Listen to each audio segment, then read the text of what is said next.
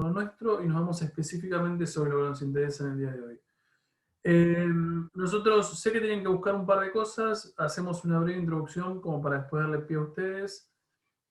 Nosotros habíamos las clases pasadas como corrido el eje de análisis, ¿no? O sea, nos íbamos a avanzar sobre lo que era Guerra Fría de vuelta, sobre este periodo de coexistencia pacífica, porque nada, lo teníamos como bastante descuidado. No porque lo descuidáramos en sí, sino porque lo que estábamos analizando requería un plan un poco más nacional. Eh, Ahora, volviendo a recuperar este plano como más internacional, habíamos definido coexistencia pacífica. ¿Cuál es la definición que necesito que ustedes manejen para irnos a la parte de la Revolución Cubana? ¿Quién define? ¿Qué? ¿Quién define qué es coexistencia pacífica? Lo de que los dos, a partir de la amenaza de una catástrofe aún peor, pudieron coexistir en cierto punto. Sí, pero necesitamos un poco más de profundidad en la definición. Yo le voy a decir una cosa, que un poco charlaba la otra vez con Sonia. Para hacer un curso tan numeroso son bastante callados. A ver, idealmente estaría buenísimo que empiecen a romper un poquito esta cosa de monótona, porque escucho 3 o 4 de ustedes que son siempre los que aportan, pero son 33. Nada, y no es muy difícil aportar. Vamos, rompan un poco el hielo, porque si no se vuelve bastante monótono. ¿Qué es el periodo de coexistencia pacífica?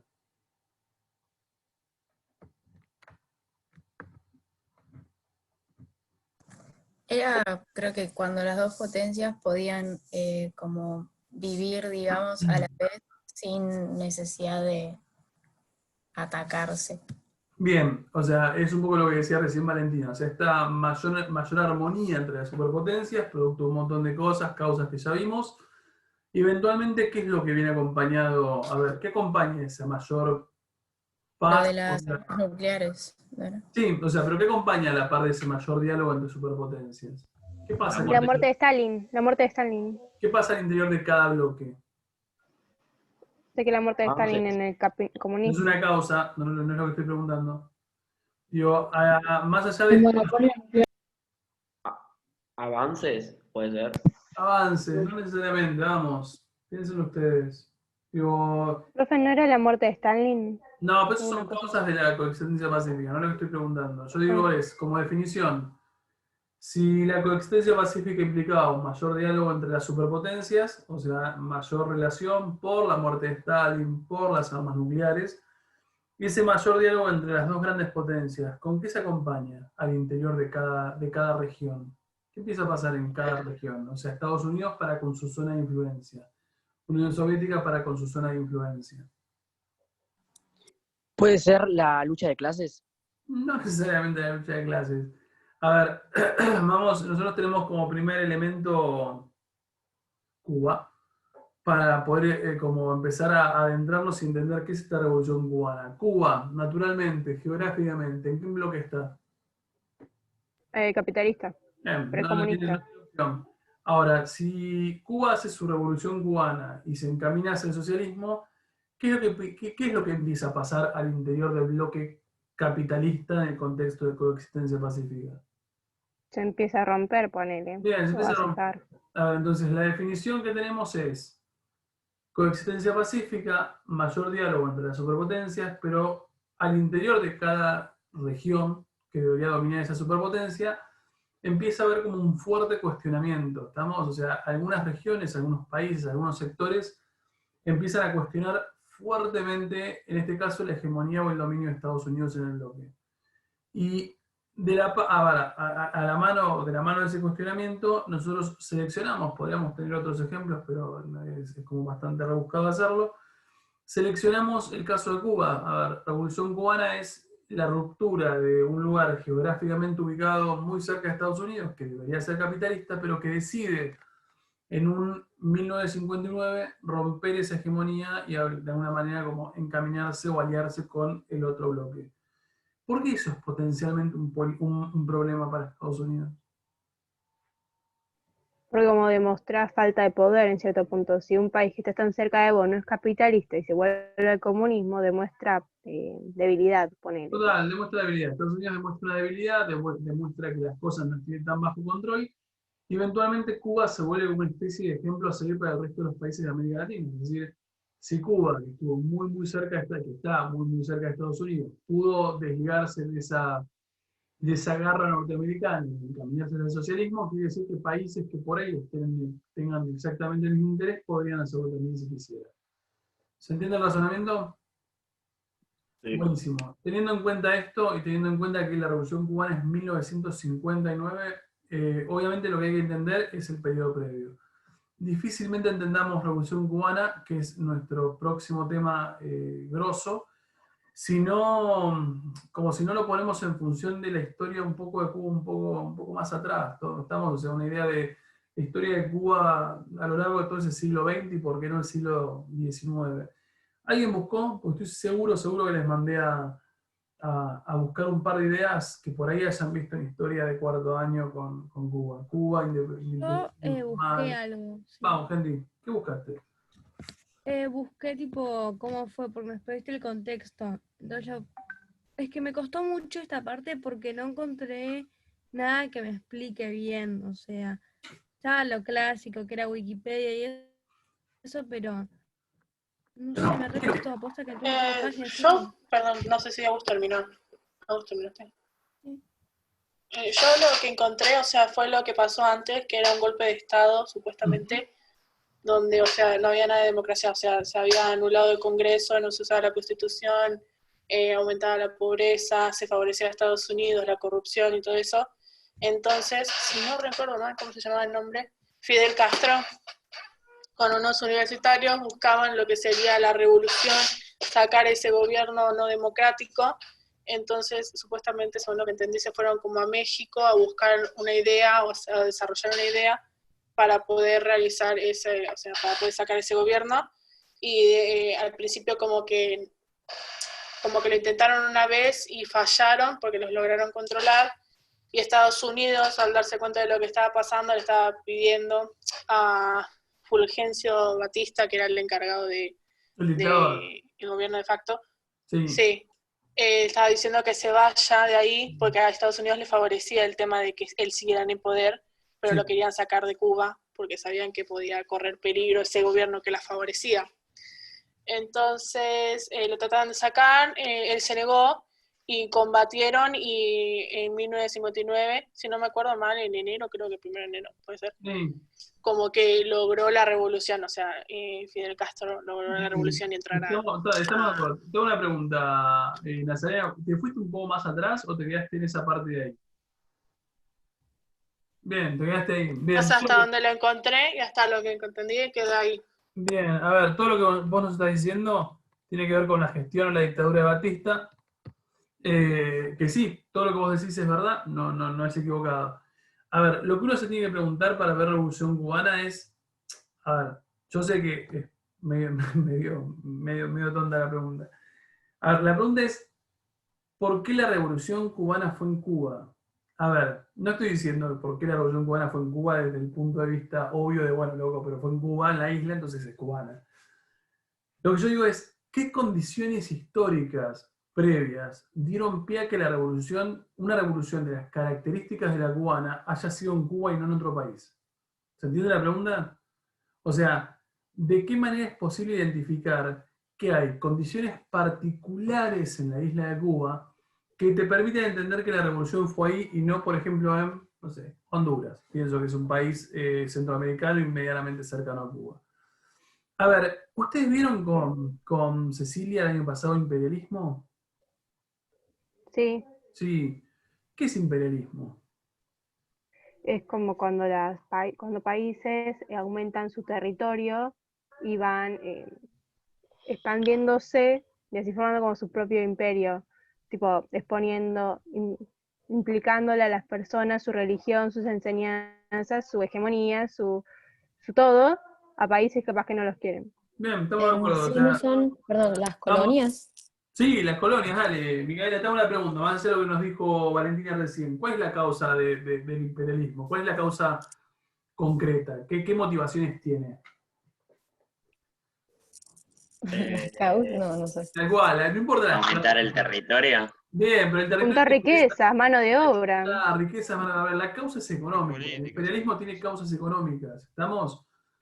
Ahora, ¿qué es lo que me importa que ustedes vean? Cuando uno ve imperialismo y por ahí lo recuerdan así como al pasar de cuarto año, lo más común es ir a África, ver cómo África está dividido por los territorios europeos, ver cómo se pintan con diferentes colores, punto. Chao, ya sabemos que África está formalmente repartida. Ahora, otro tipo de imperialismo es el imperialismo que uno define como informal. Es decir, el de África es formal, porque lo que vos haces es dividir el territorio africano en territorios que dominás específicamente, y como decía Valentina, y un poco Micaela, vos tomás control político del lugar, te repartís, explotás el territorio, bla, bla, bla. En paralelo, hay otro tipo de imperialismo que ha sufrido América Latina, que tiene que ver con un imperialismo que uno define como informal. ¿Qué es un imperialismo informal? Es, respetas políticamente sus independencias, pero los controlás económicamente hablando. Ahora, cuando uno mira la historia de Cuba, no tienen por qué saberlo esto, pero lo vamos a necesitar para la Revolución Cubana. Cuba en 1898 tiene lo que uno define como su independencia. Vamos, a ver, independencia cubana, ¿respecto de quién? De Estados Unidos. No. Claro que no. No, era una invasión de Europa, no era que Estados Unidos lo había ayudado a ellos a Pregunta, sacar a Europa. 1898 independencia cubana. Esa independencia es mucho, mucho, mucho más tardía que la nuestra. ¿La nuestra cuándo es?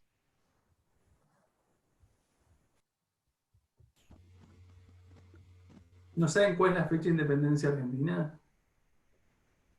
Sí, no es 1816. 1816. Gracias, Micaela. Salvaste a 32.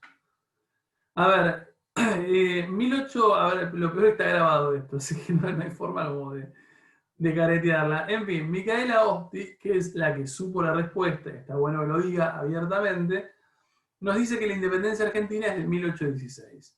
Si nosotros pensamos que en 1898 es la independencia cubana, claramente son muchas décadas después. Quiere decir que esta independencia cubana es muy, muy, muy tardía respecto del resto de los países de América Latina. Quiere decir que para 1897 Cuba todavía depende de quién. España. España. ¿Estamos? Cuba todavía es una colonia del periodo de Colón. Quiere decir que desde 1492 hasta 1898 España estuvo fijo ahí en la isla. Ahora, ¿eso quiere decir que Cuba nunca ha tenido momentos de independencia? No. Cuba siempre quiso, si uno mira un poquito más para atrás, que no nos da ya la línea del tiempo, hay un montón de guerras de independencia cubana y en todas esas guerras de independencia Cuba pierde. Ahora, en 1898 sucede algo que es relevante para entender lo que después va a ser Revolución Cubana en el 59. En 1898 se produce el hundimiento del Maine. El Maine es una embarcación norteamericana. Si uno mira en registros históricos, se encuentra que el hundimiento del Maine no es una gran embarcación, que digamos, es una pequeñísima embarcación. ¿Estamos? A ver, para nosotros desde la actualidad y viendo los barcos que hay actualmente, esto es un bote, o sea, más o menos. A ver, este hundimiento del Maine es un episodio por demás confuso. Norteamericanos van a acusar a España de haberles hundido el barco, España va a desentenderse diciendo nosotros no fuimos, pero por lo pronto lo cierto es que Estados Unidos utiliza el hundimiento del Maine como excusa ¿para qué? ¿Para qué les parece? Para ayudar a Cuba a independizarse de Bien, España para y así ayudar- después hacerse, oh, me tienen que recompensar que yo los ayude. Exactamente, entonces España, a ver, el hundimiento del Maine sirve para que Estados Unidos se encuentre una excusa para meterse al conflicto ayudando a Cuba. ¿Qué quiere decir? Cuba se ve respaldado por Estados Unidos, que para el momento, ¿está bueno o no está bueno que Estados Unidos te respalde en una guerra? En fines del siglo XX. Técnicamente sí, si no tenés armas, si no tienes personas, ¿Cuál es está la genial. característica de Estados Unidos a nivel industrial a fines de 1800? ¿Bueno o malo?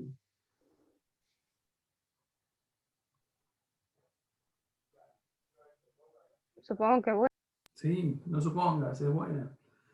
Bien, Estados Unidos ya pasó su primera y más que su primera, su segunda revolución industrial. Estados Unidos está a 20 años de participar en la Primera Guerra Mundial y ganarla. Quiere decir que es muy, muy bueno que Estados Unidos te banque. Entonces vos, Cuba, abrís tus brazos y te bancás y abrazás, en este caso, lo que Estados Unidos está a punto de hacer. Lo que vos no te das cuenta, obviamente, Estados Unidos participa, ganará la guerra, logrará la independencia. España le tendrá que dar un par como de beneficios económicos a Estados Unidos, le dará territorios. ¿Qué territorios caen en manos de Estados Unidos? Pues, Profe, yo, tipo, lo que encontré fue que mediante el Tratado de París, eh, en diciembre España cedió a Puerto Rico y Estados Unidos a Filipinas. bien, ahí está, eso es lo que me interesaba. O sea, Puerto Rico en este momento cae en manos de Estados Unidos, un Puerto Rico que si uno lo ve actualmente es como una especie de pseudo-estado medio, no sé si forma parte de los estados de Estados Unidos, pero por lo menos en una relación muy, muy estrecha. Y más allá de todo lo que consigue de España, y más allá de la felicidad del gobierno cubano por finalmente sacarse de España de encima, lo que no se dieron cuenta los españoles, perdón, los cubanos, es que se sacaron de encima uno, pero el otro apareció. Es decir, ellos suponían que los norteamericanos simplemente los ayudaban y eventualmente lo que descubren es que los norteamericanos no están ahí para simplemente ayudarlos y no están tan dispuestos a irse. Ahora, cuando vos encontrás esa situación, o sea, por lo menos encontrás un nuevo país republicano, libre, bla, bla, bla, a ver, los Estados Unidos pactan con el nuevo gobierno republicano y en 1901, esperen que me voy para acá, saco esto un segundo, y en 1901, para tener esta cronología bien hecha, vamos acá, 1901, firman algo que se define o que se conoce como enmienda Platt. ¿Alguien lo encontró? Nada. Yo, Bien, ¿quién dijo yo? Vamos, Henry, ¿qué es la enmienda yo, Platt? yo puse que es una aprendicia del proyecto de ley de los presupuestos del ejército aprobado por el Congreso de Estados Unidos, que impulsó como parte del texto de la primera constitución de la República de Cuba. Sí, Elaborada por la Asamblea Constituyente en 1901 bajo la amenaza de que si no la aceptaba, Cuba seguiría ocupada militarmente. bien, me quedo con Eso esto último que encontré. dijiste. La enmienda Platt es, básicamente, me junto con lo... Profe, Sí, yo también puse que era para responder los intereses estadounidenses en Cuba tras la independencia de la isla. totalmente. O sea, las dos respuestas son válidas. O sea, se complementan. ¿Qué es lo que nos dice Henry? A ver, el gobierno norteamericano se junta con el nuevo gobierno republicano de Cuba y lo que les dice es, bueno, muchachos, para que nosotros nos vayamos, eventualmente lo que tienen que hacer es aceptar esta enmienda. Una enmienda es como una especie de agregado a la Constitución. Estamos, o sea, una enmienda constitucional es, bueno, esta es la Constitución, te agrego algo y te lo anexo. La enmienda Platt, bueno, Platt tiene que ver con cuestiones concretas de apellido de la persona que lo pensó, ¿no? Digo, pero a ver, básicamente es como una especie de resguardo legal que Estados Unidos acuerda con el gobierno republicano y que si y solo si el gobierno republicano lo cumple, eventualmente van a lograr que Estados Unidos se vaya. A ver, ¿qué es lo que nos dice esta enmienda Platt? Cosas que son un toquecito como delicadas si pensamos que es un país independiente. A ver, por ejemplo, vamos a... estos son varios artículos, no me interesan todos, pero por ejemplo, artículo 3, ¿quién lo puede leer? Está acá marcado, se los marco acá. ¿Qué es el Si artículo? querés lo leo. Dale, porfa.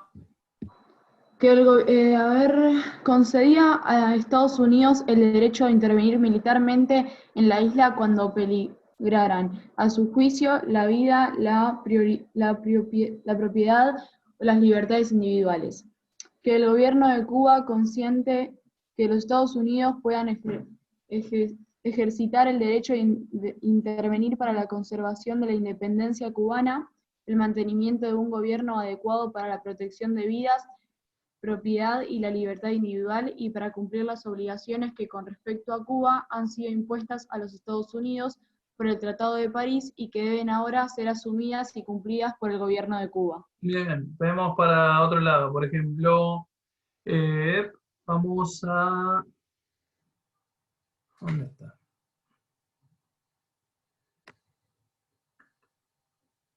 Acá. Por ejemplo, artículo te lo marco, Henry. Artículo 7. que para poner en condiciones a los Estados Unidos de mantener la independencia de Cuba y proteger al pueblo de la misma, así como para su propia defensa, el gobierno de Cuba venderá o arrendará a los Estados Unidos las tierras necesarias para carboneras o estaciones navales en ciertos puntos determinados que se convendrán con el presidente de los Estados Unidos. Bien, pregunta. Si pensamos en ambos artículos, ¿qué es lo que está haciendo la enmienda Platt y qué es lo que le está haciendo Estados Unidos aceptar a Cuba? Cosas que le benefician. Como tierras para... Claro. Cosas que nos benefician, como dice como tierras. ¿Qué es lo que le dice? A ver, las tierras, no lo está diciendo de esta forma, pero se lo digo yo, de última. Las tierras más fértiles, las tierras más útiles, las tierras que más me interesen para la producción, Estados Unidos lo que hace es obligar a Cuba a vendérselas a precios mínimos. Quiere decir que en realidad, a lo largo y ancho de la isla de Cuba, van a florecer grandes terratenientes privados norteamericanos que van a explotar a full los productos cubanos. ¿Cuáles son esos productos cubanos? Creo que hemos hablado bien. ¿Cuáles son esos productos cubanos? ¿Qué es lo que uno... Azúcar. Azúcar, sin lugar a dudas. Azúcar, ¿qué más? Perdón, Nicolás, hablaste y no te escuché. ¿Café? Café, azúcar, café, tabaco, ron, digo, cosas que son estrictamente cubanas. ¿Qué quiere decir? Durante todos los años previos a la Revolución Cubana, lo que uno se va a dar cuenta, y que eso es lo que nos interesa para comprender esa Revolución Cubana, es que desde 1901 en adelante, incluyendo Batista, que es lo que nos marcaba Nazarín al principio, todos estos gobiernos, si bien son políticamente diferentes, porque tenemos un montón de gobiernos, ya sean democráticos o no, a lo largo de todo este recorrido, tienen un punto en común, que ¿cuál es?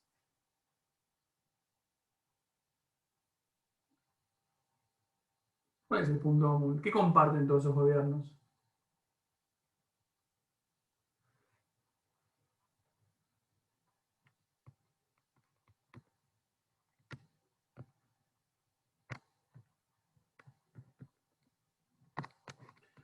¿Qué sería que compartan el interés económico norteamericano? Que son capitalistas. Que son capitalistas seguro, pero ¿son capitalistas que le prestan atención específicamente a los intereses de Cuba? No. En realidad son capitalistas, porque lo son, pero en realidad son gobiernos que responden mucho más a lo que Estados Unidos quiere que a lo que Cuba necesita.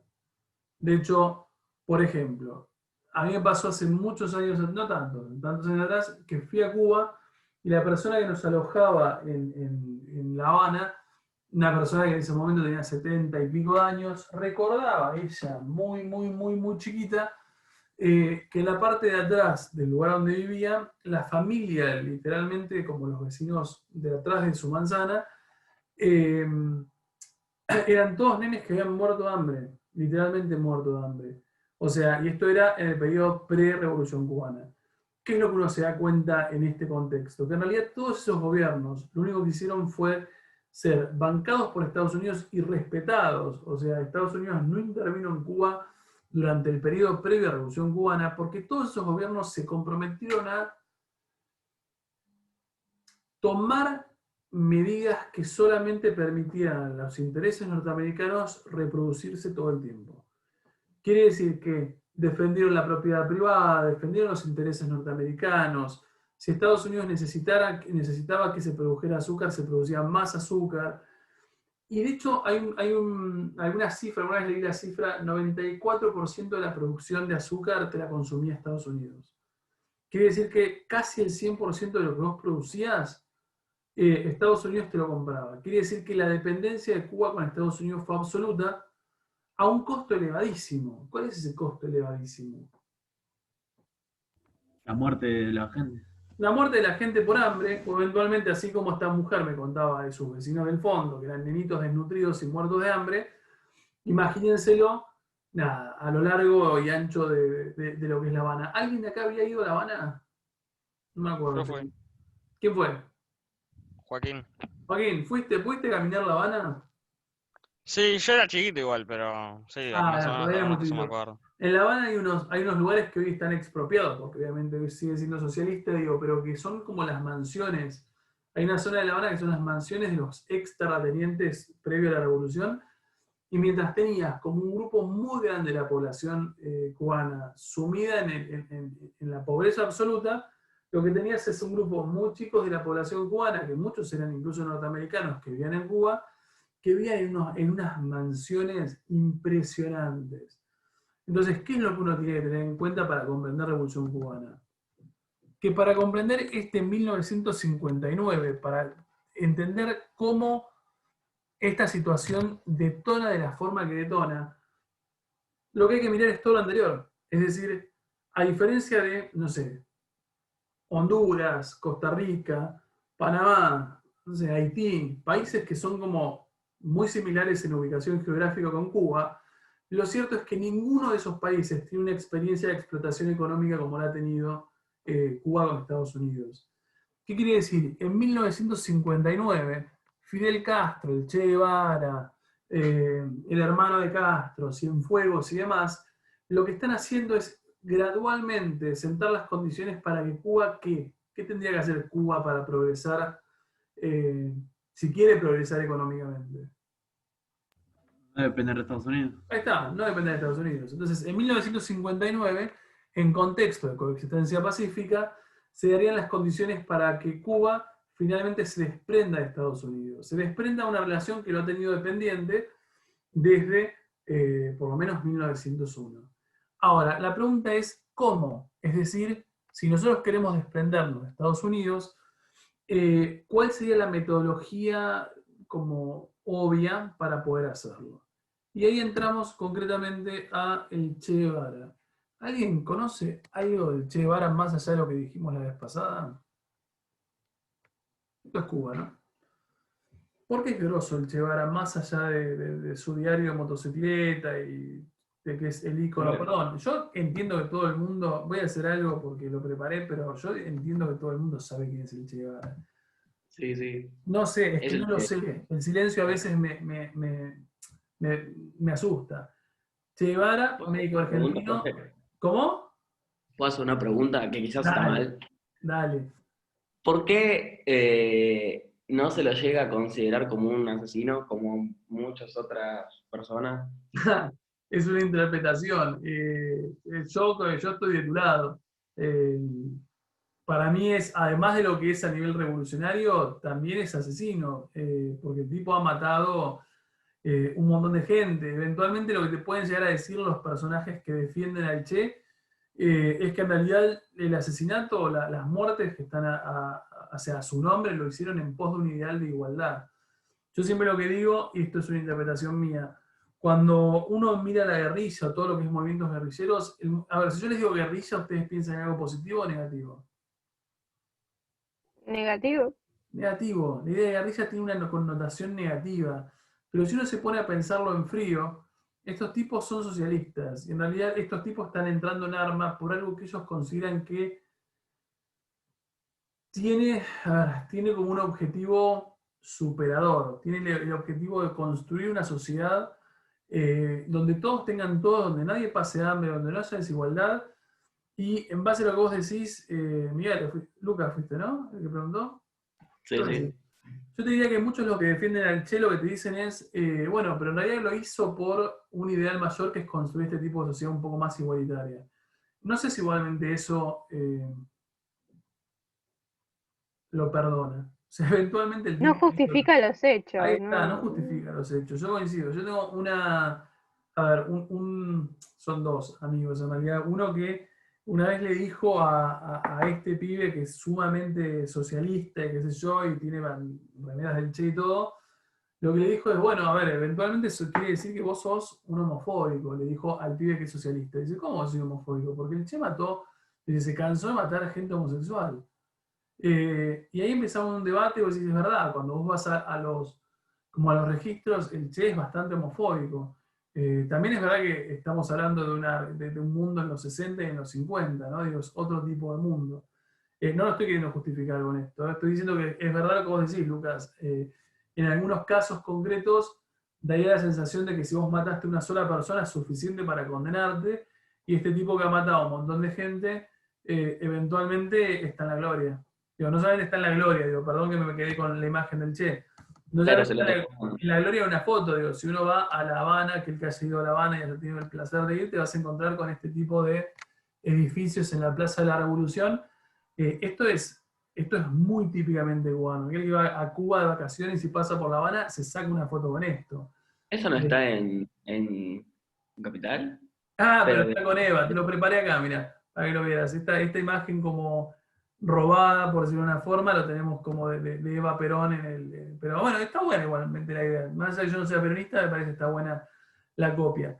Bien, a ver, ¿qué es lo No, que- pero creo que había una foto de Che Guevara en algún edificio, si no recuerdo mal. ¿En serio? Sí, creo que sí. ¿Sabes que no lo sé? Sí, En sí, Capital. imagen del Che. Re intriga si está o no. Es que me genera intriga. Yo O también. no sé si una imagen o si no una bandera, algo así era. No, Pero una no, vez yo me acuerdo que era chiquita y pasé y le pregunté a mi mamá, bueno, ¿qué? No, puede ser que sea la bandera. ¿No? En Capital, mirá que yo vivo en Capital, nunca la vi, pero sí ves que pongo en Capital y te ponen siempre la misma imagen, pero esta es de Cuba. Con este que es Cienfuegos, que es otro de los personajes de la revolución. Pero lo que voy es sumamente relevante el tipo, o sea, ha quedado como en el imaginario de los revolucionarios y de los socialistas y de los cubanos, lo aman al tipo. Lo que uno debería preguntarse es si lo aman y ha sido tan relevante o ha sido tan como trascendental, ¿por qué lo están amando tanto?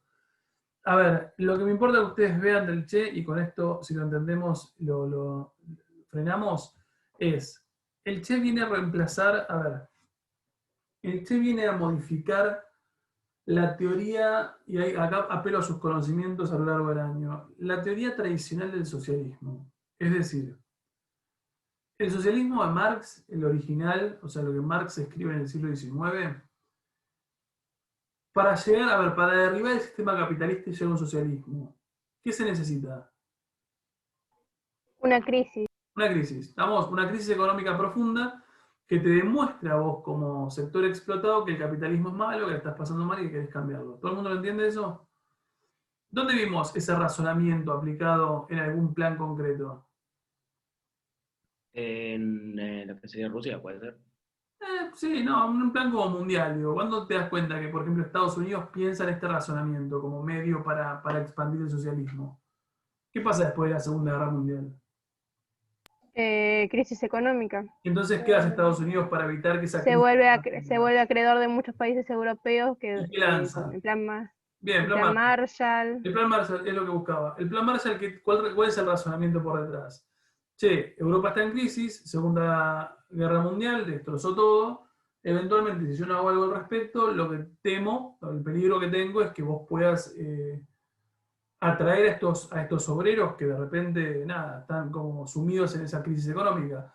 Entonces, ¿qué hago? Te doy un montón de guita y eventualmente esa plata la utilizás rápidamente ¿para qué? País europeo, ¿no? Para reconstruir todo. Para reconstruir Para todo. la reconstrucción. Tal cual, reconstruirlo todo antes de que esta gente se dé cuenta que el sistema lo explota.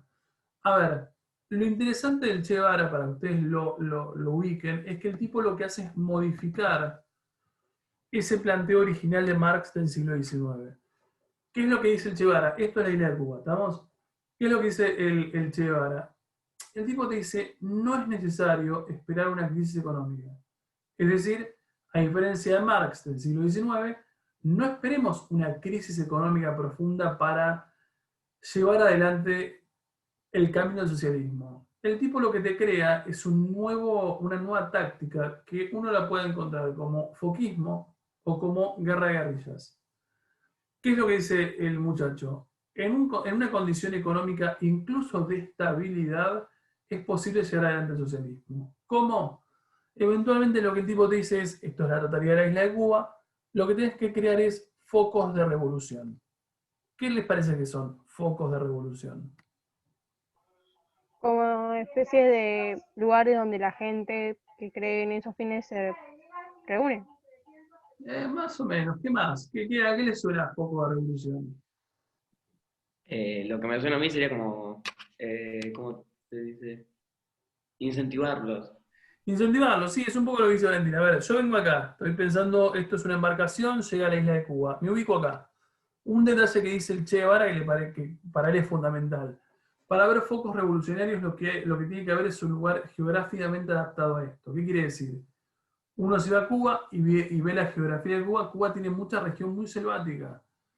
Entonces, en esta región de selva, vamos a ponerlo así, lo que el muchacho dice es, bueno, a ver, un grupo de socialistas revolucionarios se ubican acá y eventualmente toman control de esto que es la parte selvática. Y utilizan la selva como ¿qué? Como especie de guarida, como... Ahí está, como guarida, como resguardo, básicamente. Y lo que te dice el tipo es, gradualmente, este foco revolucionario tiene que empezar a hacer incursiones. Es decir, va al pueblito este, los convence, los ataca, lo que quieran, vuelven. Van, vuelven. Van, vuelven. Cuando desde La Habana, que está acá, cuando desde La Habana activan para venir a reprimirte, vos volviste a la selva. ¿Y en la selva van a entrar? No, porque saben de que es su fortaleza. En ese lugar saben que no manejan el lugar muy bien, saben que adentro está lleno de trampas y un montón de cosas, y eventualmente lo que te dice el Che Guevara es, en cada uno de estos focos haces exactamente lo mismo, y progresivamente, ¿qué es lo que espera que suceda? Que es el socialismo, como...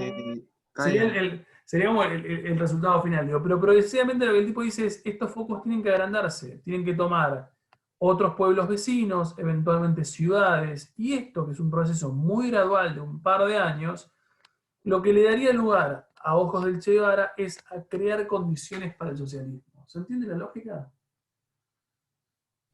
Sí.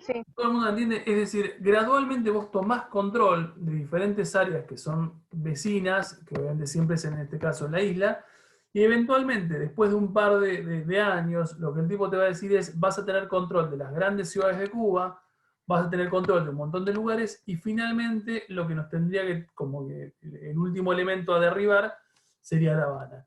Entonces, cuando uno piensa en el Che Guevara, lo que piensa es en un tipo que en realidad lo que está diciendo es, no esperes que el contexto económico te facilite la revolución, sino que vos, solito y por voluntad propia, crea las condiciones. Es posible llegar al socialismo incluso en momentos de estabilidad.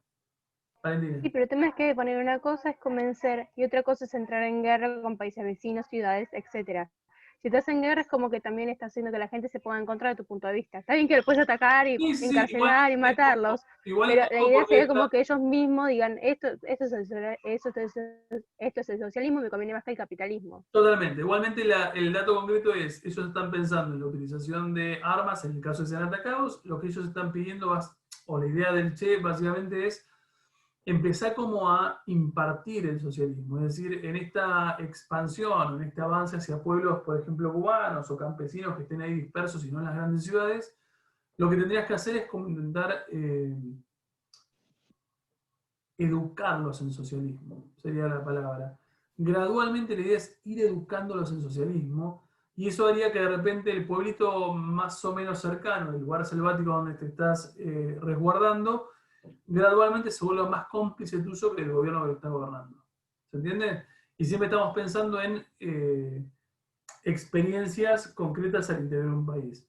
O sea, no digo que no va a haber conflicto armado, porque de hecho lo va a haber, digo, pero por lo pronto la idea es ir como tomando muy gradualmente y de la manera un poco más consensuada posible el control de la isla.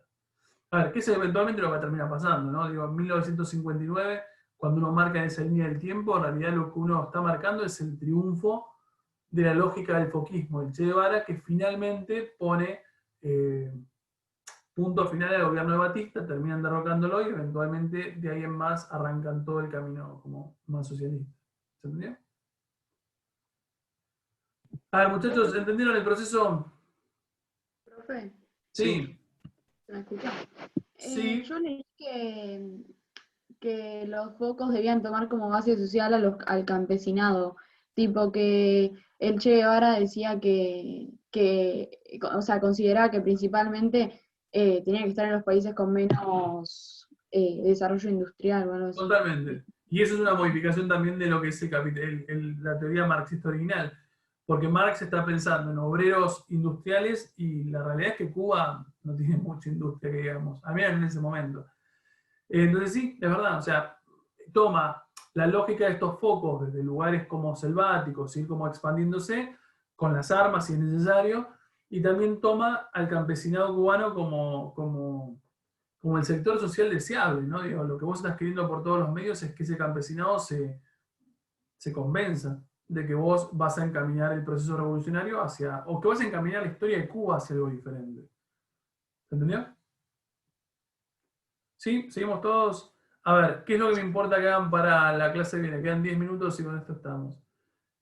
Buscan, a ver, si nosotros ya sabemos que en 1959, Revolución Cubana, me interesaría que puedan buscar medidas tomadas por Fidel Castro y el Che en función de consolidar socialismo, o sea, cuáles son las medidas que ellos toman formalmente para transformar a Cuba a socialista.